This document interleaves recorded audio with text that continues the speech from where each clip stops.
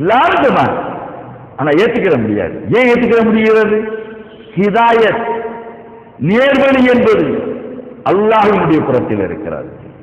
நேர்வழி நம்ம கையில் இல்லை, அல்லாஹ்வினுடைய கையில் இருக்கு. யாரு காட்டுறது? அவன் தான் காட்டணும். அப்ப இந்த மன்னனுக்கு, இந்த மிஸ்ர் மன்னனுக்கு அல்லாஹ் காட்டல. மிஸ்ர் மன்னனுக்கு அல்லாஹ் காட்டுற பதில் கடிதம் எழுதுறார். அல்லாஹ்வின் திருப்பெயரால் அப்துல்லாவின் மகன் முகமது. நல்லா கவனிங்க.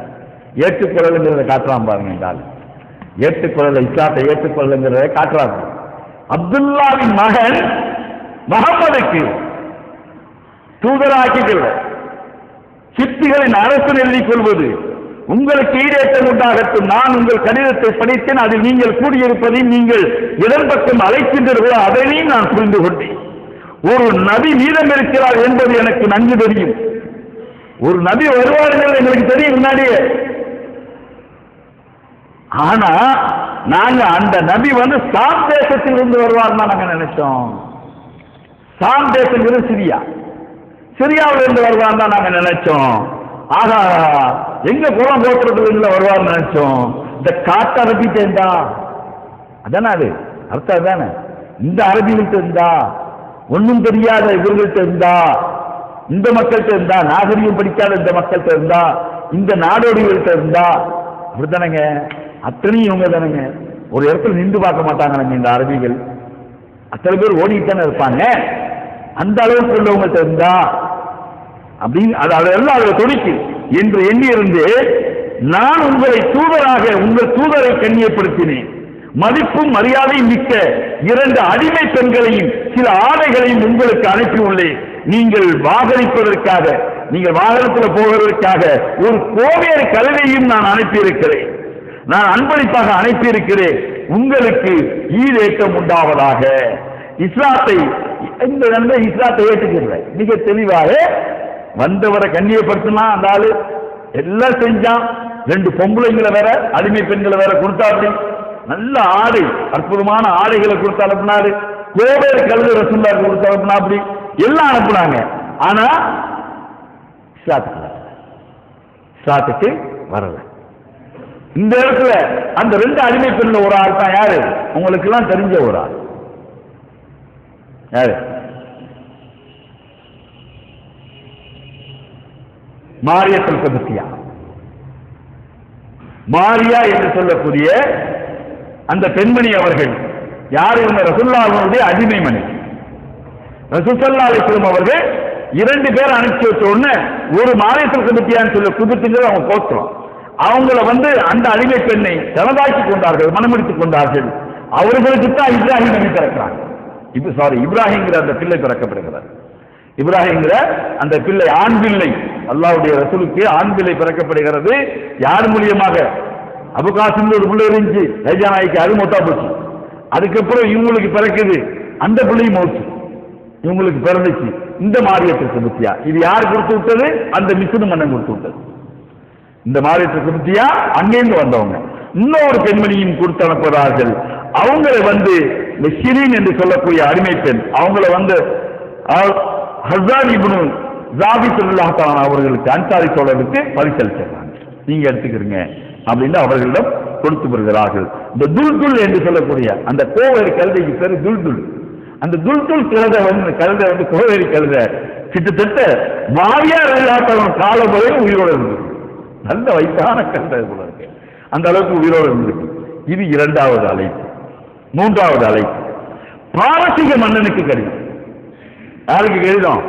பாரசீக மன்னனுக்கு கடிதம். எப்படி பாருங்க, சுப்ஹானல்லாஹ், மிக தெளிவான அழைப்புங்க. எல்லாத்திலையும் மிக தெளிவாக அல்லாஹ்வுடைய ரசூல் அவர்கள் இருந்திருக்கிறார்கள். அல்லாஹ்வின் திருப்பெயரால் அல்லாஹ்வின் தூதர் முஹம்மது ஸல்லல்லாஹு அலைஹி வஸல்லம் பாரசீக மன்னர் கிஸ்ராவுக்கு எழுதும் கடிதம். கிஸ்ராவும் பேரு, கிஸ்ராங்கிறது பாரசீக மன்னனுடைய பேரு. நேர்வழியை பின்பற்றி அல்லாஹ்வையும் அவனுடைய தூதரையும் நம்பிக்கை கொண்டு வணக்கத்துக்குரியவன் அல்லாஹ்வை தவிர வேற யாரும் இல்லை. அவன் தனித்தவன், அவனுக்கு இறை துணை யாரும் இல்லை. அவன் தனக்கென எவரையும் மனைவியாகவோ பிள்ளையாகவோ எடுத்துக்கொள்ளவும் இல்லை. நிச்சயமாக முஹம்மது அவருடைய அடிமையாகவும் தூதராகவும் இருக்கிறார் என்று சாட்சியம் கூறுவோருக்கு ஈரேற்றம் உண்டாகட்டும். நான் அல்லாஹ்வின் புறத்தில் இருந்த அனைத்து மக்களுக்கும் அனுப்பப்பட்ட தூதுவன் ஆவேன்.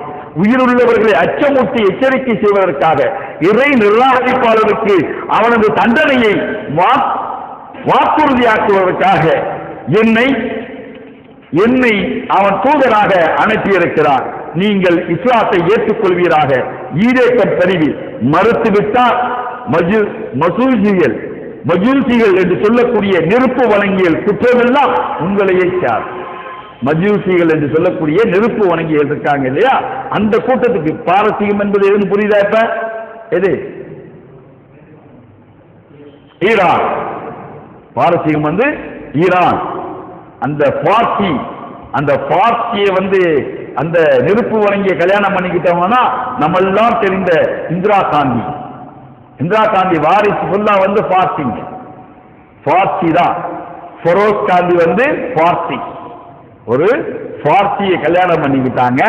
அவங்களுடைய பிள்ளைகள் தான் இன்றைக்கு இருக்கிற ராஜீவ் காந்தி வாரிசுன்னு. இப்ப ராகுல் காந்தி வரையும் யாருன்னா எல்லாம் பார்சி, எல்லாமே ஃப்ரம் ஈரான்ல இருந்து வந்தவங்க தான் எல்லாருமே அந்த பார்சிகள். இப்போ நீங்க இப்ப பாக்குறீங்க இல்லையா, நம்மளை சுற்றி இன்னொரு சமுதாயம் வந்துகிட்டு இருக்கு. சியாக்கள் இருக்காங்க இல்லையா, ஷியாக்கள், போராக்களோ சேர்ந்து 22 வகை இருக்கு இல்லையா. இந்த 22 வகையும் எங்கிருந்து வந்தாங்க? ஈரான்ல இருந்து வந்தவங்க எல்லாமே அந்த வம்சவழிகள் தான். அவ்வளவு பேருங்க. அவங்களுக்கு அந்த குற்றமும் உங்களை சார்ந்து கடிதத்தை தெளிவா அல்லாஹ்வுடைய ரசூல் அவர்கள் எழுதி அனுப்புறாங்க. இந்த கடிதத்தை அப்துல்லா இப்னு ஹுதாபா அவங்க எடுத்துட்டு போறாங்க. அவங்க எடுத்துட்டு போறவனே கிஸ்ரா என்ன செய்யறான், அந்த கடிதத்தை வாங்கி கிழிச்சு தூர போட்டுட்டு, என்னுடைய குடிமக்களின் ஒரு கேவலமான அடிமை என் பேருக்கு முன் அவரது பெயரை எழுதுவார். பாருங்க, இந்த ஆணவத்தை காட்டுவாங்க பாருங்க. என்ன குடிமகன்ல இருக்கக்கூடிய ஒரு கேவலமான அவன் எழுதலாம் என்று கூறிவிட்டு இந்த செய்தி ரசூலுல்லாஹ்வுக்கு வருது. ரசூலுல்லாஹ் சொல்றாங்க, அல்லாஹ் அவருடைய ஆட்சியை கிழித்தெறியட்டும். அல்லாஹ் சொல்றாங்க, எப்படி கடிதத்தை கிழிச்சானோ அப்படி அவனுடைய ஆட்சியை கிழித்தெறியட்டும் என்று ரசூலுல்லாஹ் சொல்றாங்க. அந்த கிஸ்ரா மன்னர் தன்னுடைய எமன் தேசம், தனக்கு கீழே இருக்கக்கூடிய தேசம், அந்த கவர்னருக்கு ஒரு கடிதம் கொடுத்து அனுப்புறான். இந்த இஜாஸ் இவங்க ரசூலுல்லாஹ் மதீனா அந்த சம்பந்தப்பட்ட ஏரியா. இவரிடம் நல்ல துணிச்சல் உள்ள 2 பேர் அனுப்பிச்சு விட்டு அந்த ஆளை தூக்கிட்டுவான். யாரு? முகமது ஸல்லல்லாஹு தூக்கிட்டுவான் அப்படின்னு சொல்லி அனுப்புறோம். 2 வீரர்கள் வந்து கடிதத்தோட மதீனாக்கு வராங்க. மதீனாக்கு வந்து அல்லாஹ்வுடைய ரசூல்கிட்ட வந்து சொல்றாங்க, நான் வந்து கவர்னர் ஃபதான் என்று சொல்லக்கூடியவன் வர்றேன், நீங்க அனுப்பி வச்சாரு, உங்களை அழைச்சிட்டு வர சொன்னாரு அப்படின்னு சொல்லி தேவையில்லாத வார்த்தைகள் சொல்றேன். மோசமான வார்த்தைகளை சொல்லி பேசினான். முஹம்மது நபி ஸல்லல்லாஹு அலைஹி வஸல்லம் அதான் யார்கிட்ட வந்து எங்க வந்து தூதனா வரலாம், ஆனா எங்க வந்து சொல்றான்? ரசூலுல்லாஹ்வுடைய கோட்டை, அந்த கோட்டைகளை நின்றுகிட்டு ரசூலுல்லாஹ் திட்டான். ரசூலுல்லாஹ் நினைச்சா இல்ல, சும்மா கண்ணை காட்டினா போதும் கொன்னுடுவாங்க, சகாபா கொலை செஞ்சிருவாங்க. ஆனா பொறுமையா ரசூலுல்லாஹ் எல்லாத்தையும் கேட்கிறாங்க. பொறுமையா கேட்ட, அப்படியா ரைட்டு சொன்னாரா, அப்பதான் திட்டினாரா, ரைட்டு இன்னைக்கு போயிட்டு நாளைக்கு வாங்க, இன்னைக்கு போயிட்டு நாளைக்கு வாங்க, 2 பேரும் வர்றேன் போங்க, நான் தானே வர்றேன் போங்க. அடுத்த நாள் இந்த கட்டத்தில் வந்து என்ன நடக்குதுன்னு பாத்தீங்கன்னா, கைசர் இருக்கார்ல, கைசருடைய பெரும்படை வந்து சண்டை நடந்துகிட்டு இருக்கு. கிஸ்ராவுடைய படையை பயங்கரம் அடிச்சு நொறுக்கி தோல்வியை தருவார். கிஸ்ராவுடைய படை பாரசீகம் வெற்றி கொள்ளப்படுகிறது. யாரா? கைசர் என்ற மன்னன் தான். கைசர் யாருங்கிறது நான் பின்னாடி வர. கைசர் யாருங்கிறது நாம் எல்லாம் சரித்திரத்தில் அறிந்த ஒரு பெயர். கைசருங்கிறது நாம் சரித்திரத்தில் அறிந்து கொண்ட ஒரு பெயர். அவர் வந்து அடிச்சு நொறுக்கி ஒண்ணு இல்லாம நாசம் பண்றாரு. இதுக்கல்ல கிஸ்ராவின் மகன் சுர்வைங்கிற அந்த ஆள் மகன் என்ன பண்ணான்னா, அத்தாவே ஒரு போடு போட்டுவிட்டு, அப்பாவே ஒரு குத்திவிட்டு ஏற்றிவிட்டு டக்குன்னு ஆட்சியை பிடிச்சிட்டான். நான் தான் அரசன் அறிவிச்சிட்டேன், நான் தான் அரசன் அறிவித்து விட்டார். அரசனை அறிவித்து விட்டு இந்த சம்பவம் உடனடியாக அல்லாஹ்வுடைய ரசூலுக்கு வஹி மூலமா அறிவிச்சு. அல்லாஹ்வுடைய ரசூலுடைய கடிதத்தில் கிழிச்சிருந்தான், அல்லாஹ் விட்டுருவானா? உடனே இந்த செய்தி அல்லாஹ்வுடைய ரசூலுக்கு சொல்லப்படுகிறது. ஹிஜ்ரி 7ஆம் ஆண்டு, ஆமா, ஜமாத்துல் உலா பிறை 10ல வந்து செவ்வாய்க்கிழமை இரவு இது நடக்குது. இது அப்படியே உடனே தத்துவமா சொல்ல கொடுக்கப்படும். இது எல்லாத்தையும் கேட்டுக்கிறாங்க. உடனே நபி ஸல்லல்லாஹு அலைஹி வஸல்லம் அவர்களுக்கு வஹி மூலமா கொடுத்தலாம் அல்லாஹ் அந்த செய்தியை. இந்த வர்றாங்க, அடுத்த நாள் வர்றாங்கல்ல 2 பேரு வாங்குறாங்க. வா, உனக்கு செய்தி தெரியுமாங்க? என்ன செய்தி தெரியுமா? உங்க மண்ணன் செத்துட்டாண்டா, உங்க மண்ணன் போயிட்டான், இங்க ஆட்சியே முடிஞ்சு போச்சு, நீங்க தோல்வி அடைஞ்சிட்டீங்க, அதாவது தெரியுமாடாங்கிறாங்க. என்ன சொல்கிறாய் திருப்பி கேட்கலாம். என்ன சொல்றாரு? உங்க மண்ணை பார்த்தா? ஆமா, உங்க மண்ணை பார்த்தா சொல்றேன். நான் கொண்டு தர கடிதத்தை கொண்டு போய் கொடு, உன் கவர்னத்தை கொண்டு போய் கொடு, உன் கவர்னத்தை கொண்டு போய் நான் கொடுக்கிற கடிதத்தை கொண்டு போய் கொடு என்று சொல்லிட்டு ரொம்ப தெளிவா சொல்றாங்க. என் மார்க்கமும் ஆட்சியும் கிஸ்ராவின் ஆட்சி எதுவரை இருக்கிறதோ அதுவரை வந்ததை. மதீனாவோட உட்கார்ந்து சொல்றாருங்க இந்த மனுஷன். மதீனாவோட உட்கார்ந்துட்டு கிஸ்ராவுடைய ஆட்சி எதுவரை இருக்கிறதோ அதுவரையும் என்னுடைய ஆட்சி வந்து அடையும். எதுவரை குதிரையும் ஒட்டகமும் செல்ல முடியுமோ அதுவரையிலும் சென்றடையும். அவர் அவர்கள் இஸ்லாத்தை ஏற்றுக்கொண்டால் அவரது கட்டுப்பாட்டில் உள்ளதை அவருக்கே சொந்தமாக்கி விடுகிறேன், அவரது இனத்தை சார்ந்தவர்களுக்கு அவரையே அரசனாக்கி விடுகிறேன் என்று சொல்லுங்கள் அப்படின்னு போய் கொடு, லெட்டர் கொடு. என்ன தைரியம் பாருங்க, என்ன தில்! இந்த அளவுக்கு அடிச்சு நொறுக்கி சொல்றாங்க. போய் சொல்லு போ அப்படிங்கிறாங்க. இருவரும் வந்து கவர்னர்கிட்ட போய் இந்த செய்தியை சொல்லி இப்பெல்லாம் சொல்லிட்டாரு முகமது அப்படின்னு சொல்லிக்கிட்டு இருக்கிறானுங்க. அதுக்குள்ள இன்னொரு கடிதம் வருது. யார்கிட்ட இருந்து? சிறுவகிட்டேந்து வருது. சிறுவகிட்டேந்து ஒரு கடிதம் வருது. என்ன கடிதம்? நான் என் தந்தையை கொண்டுட்டேன், நான் என் தந்தையை போட்டு தள்ளிவிட்டேன், இப்ப நான் தான் அரசன், எனக்கு நீ ஒபே பண்ணணும் அப்படின்னு சொல்லி எழுதிட்டு, என் தந்தை கடிதத்தில் குறிப்பிட்ட அந்த மனிதர் விஷயத்திலே சற்று பொருள். என் தந்தை ஒருத்தர் குறிப்பிட்ட எழுதினார்ல, கூப்பிட்டு வர சொன்னார்ல, அவர் விஷயத்துல சற்று பொறுமையா இருப்பா, நான் அடுத்து நான் சொல்ற கட்டளை இருக்கின்ற வரையிலும் அவரை பழித்து கூட பேசுறார். எப்படி பாருங்க, அல்லாஹ் சுப்ஹானல்லாஹ் தலைகளாக மாற்றி விடுகிறான் பாருங்க. எப்படிப்பட்ட நிலைமை பாருங்க. அல்லாஹ்வுடைய ரசூலுடைய கடிதம் கிழிக்கப்படுகிறது, அந்த ஆட்சியை கிழிக்கப்படுகிறது. அல்லாஹ்வுடைய ரசூலுல்லாஹ் சொல்றாங்க அந்த ஆட்சி கிழிக்கப்படுகிறாங்க, கிழிக்கப்படுகிறது, அந்த ஆட்சி கிழிக்கப்படுகிறது. இது இங்கே நிகழும். இதே கிஸ்ரா பின்னாடி நம்ம வருவோம் இன்ஷா அல்லாஹ். அது எப்படி இஸ்லாத்துக்கு வருதுன்னு பார்ப்போம். அந்த ரோம் நாட்டு மன்னருக்கு அடுத்த கடிதம், அடுத்து ரோம் நாட்டு மன்னருக்கு அளவற்ற அருளாளன் நிகழ்த்த அன்புடையனுமாகிய அல்லாஹ்வின் பேரார், அல்லாஹ்வின் அடிமையும் அவனது தூதருமாகிய முஹம்மது ஸல்லல்லாஹு அலைஹி வஸல்லம் ரோம் நாட்டு மன்னர் கிறுக்கலுக்கு. இந்த கிறுக்கல், கிஸ்ரா இவங்க எல்லாமே ஒரே பேர் தான், ஒரே ஆள்தா. யார் தெரியுதா? இப்ப சொல்லுங்க, வரலாற்றுல யாருன்னு சொல்லுங்க. நான் வரல, நாங்க எங்க வரலாறுலாம் படிச்சோம், படிச்சாத்தானே அவத்துல வர. ஹெர்குலிஸ், வரலாற்று நாயகன் ஹெர்குலிஸ் இருக்கிறாரு, அவருக்கு எழுதப்பட்ட கடிதம். ஹெர்குலிஸ் அவருக்கு எழுதுறாங்க. அந்த நாட்டில் ஹெர்குலிஸ் லெவல் என்ன தெரியுமா? சூரியன் மறையாத அளவுக்கு அவருடைய தேசம். அவர் தேசத்தில் எப்படி பிரிட்டிஷ் ஆட்சிக்காரன் சொன்னா, பிரிட்டிஷ் ஆட்சியாளர் சொன்னா இல்லையா, என் தேசத்தில் சூரிய மறைவதில்லை இருந்தாங்க இல்லையா, அதே மாதிரி சூரியன் மறையாத அவருடைய தேசத்தில். அவ்வளவு பெரிய தேசம் அவருக்கு சொந்தமான. ரோம்ல இருந்து கிஸ்ராவுல இருந்து எல்லாம் அவர்கிட்ட, அவருடைய கீழே அவ்வளவு பேர் கப்பம் கட்டினாங்க. ஏன் நஜ்ஜாஜி முதற்கொண்டு கப்பம் கட்டினாங்க. நஜ்ஜாஜி மன்னர் முதற்கொண்டு யாருக்கு கப்பம்? கிஸ்ராக்கு கப்பம். அவருக்கு வந்து மிக தெளிவாக ஹெர்குலிஸ் அவர்களுக்கு கிறுக்கல் மன்னருக்கு எழுதப்படுகிறது. நேர்வழியை பின்பற்றியவரும் ஈடேற்றம் உண்டாகட்டும், இஸ்லாமிய ஏற்றுக்கொள், ஈடேற்றம் அடைவார். நீ புறக்கணித்தால் உன் கூட்டத்தால் அனைவருடைய குற்றமும் உண்மையை சேர்.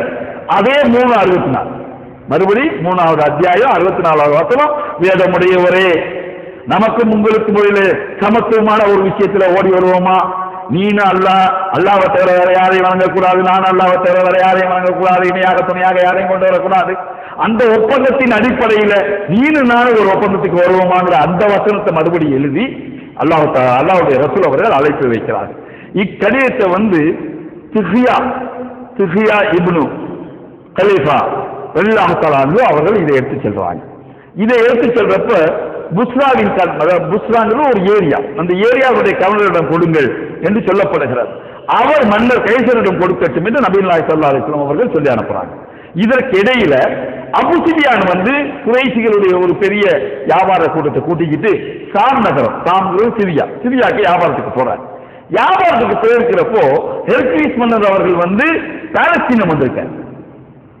ஹெர்குலிஸ் மன்னர் அவருடைய படை பட்டாளங்களோடு எங்க வந்திருக்கிறாரு? பாலஸ்தீனத்துக்கு வந்துட்டார். பாலஸ்தீனத்துக்கு வந்த உடனே இப்படி அரபு நாட்டிலிருந்து ஒரு வணிக கூட்டம் வந்திருக்குது அப்படின்னு தெரிஞ்ச உடனே ஒரு தூதுவரை அனுப்பி அவங்களை கூட்டுவாங்க. எங்க கூட்டு வர சொல்றாரு? மஸ்ஜிதுல் அக்ஸாக்கு கூட்டு வர சொல்றாரு. பாலஸ்தீனத்துல மஸ்ஜிதுல் அக்ஸாக்கு கூட்டு வர சொல்றாரு. மஸ்ஜிதுல் அக்ஸா, இதுக்காகத்தான் நம்ம இந்த இஸ்லாமிய புரட்சிங்கிற தலைப்பையே ஆரம்பிச்சோம். கடைசியில அது ஆரம்ப புரட்சிக்கு போயிட்டு இப்ப வருது. மஸ்ஜிதுல் அக்ஸாக்கு கூட்டிட்டு வர சொல்றாங்க. கூட்டு வர சொன்னதுக்கு அப்புறம் மன்னர் அழைச்சிட்டு வந்துட்டு தன்னை நபி என்று கூறும் அவருக்கு நெருங்கிய உறவினர் யார்? மன்னர் கேட்கிறார். ஹெர்குலிஸ் கேட்கிறாரு, இங்க இந்த கூட்டத்திலப்பா யாரு மன்னருக்கு அவருக்கு நபின்னு சொல்றாருல, அவருக்கு யாரு சொந்தக்காரங்க? யாராவது வாங்கலாம்? யாரு அப்படின்னு அபூ சுஃபியான் நான் தாங்கிற உடனே நான் தான் அபூ சுஃபியான் இருந்துச்சு, நான் தான். ஏன்னா சாச்சா மக்கள் பெரியப்பா மக்கள் நான் தாங்கிற. உடனே மன்னர் சொல்றாரு, அவரை நீங்க முன்னாடி வாங்க, என்கிட்ட முன்னாடி வந்துருங்க. அவங்க வியாபார கூட்டம் இருக்குல்ல, அவங்க தோழர்கள், அவங்கள கொஞ்சம் பின்னாடி உட்கார வச்சுருங்க. அவங்கள கொஞ்சம் இதுல ஒரு ட்ரிக் ஒன்று நடக்குது. பின்னாடி நிப்பாட்டி வச்சுட்டு துபாசிமாங்க, அதாவது பாசைகள் பரிமாறக்கூடியவர், மொழிபெயர்ப்பு சொல்லக்கூடியவர், மொழிபெயர்ப்பாளர்களை கூப்பிட்டு என்ன சொல்றாரு? நான் சொல்றத தெளிவா சொல்லுங்க. யார்கிட்ட? அந்த தோழர்கள்ட்ட சொல்லுங்க. எந்த தோழர்கள்ட்ட சொல்றாரு? அந்த தோழர்கள்ட்ட யார்? அபூ சுஃபியான் வந்த ஆட்கிட்ட சொல்லுங்க. என்ன சொல்லணும்? மிக தெளிவாக சொல்லுங்க. இவர் பொய் சொல்றாரு, உண்மையை சொல்றாருன்னு சொல்லணும். பொய் சொன்னா இவர் பொய் சொல்றாருன்னு நீங்க சொல்லிடணும். அவங்களுக்கு மொழிபெயர்ப்பு சொல்றாரு. அபூ சுஃபியான் நினைக்கிறாரு, நான் இந்த வார்த்தையை மட்டும் அவர் சொல்லலன்னு வச்சுக்கிறீங்க. இவர் இப்படி சொல்லிட்டாரு, நம்ம பொய்யா கீழே சொல்லிட்டோம்னா இந்த ஆட்களை நம்மளை காமிச்சு கொடுத்துருவாங்களே, நம்ம என்ன பண்றது? இந்த எண்ணம் மட்டும் என்னிடம் ஏற்படவில்லை என்றால் முகமது அவர்களை பற்றி பொய் சொல்லியிருப்பேன். இந்த எண்ணம் பாருங்க, அல்லாஹ் தஆலா எப்படி ட்ரிக்கை ஏற்படுத்துறான். ஒரு மன்னனுக்கு எப்படிப்பட்ட மதிநுட்பம் பாருங்க. அப்படி கொண்டு நிப்பாட்டி வச்சுட்டு பின்னாடி இந்த ஆளுக்கு பொய் சொல்றாரு இல்லையா நீங்க சொல்லணும். முன்னாடி இங்க கொண்டு நிப்பாட்டியாச்சு, பின்னாடி திரும்பி பாருங்க, கைகளெல்லாம் காட்ட முடியாதுல்ல, சொல்லணும்.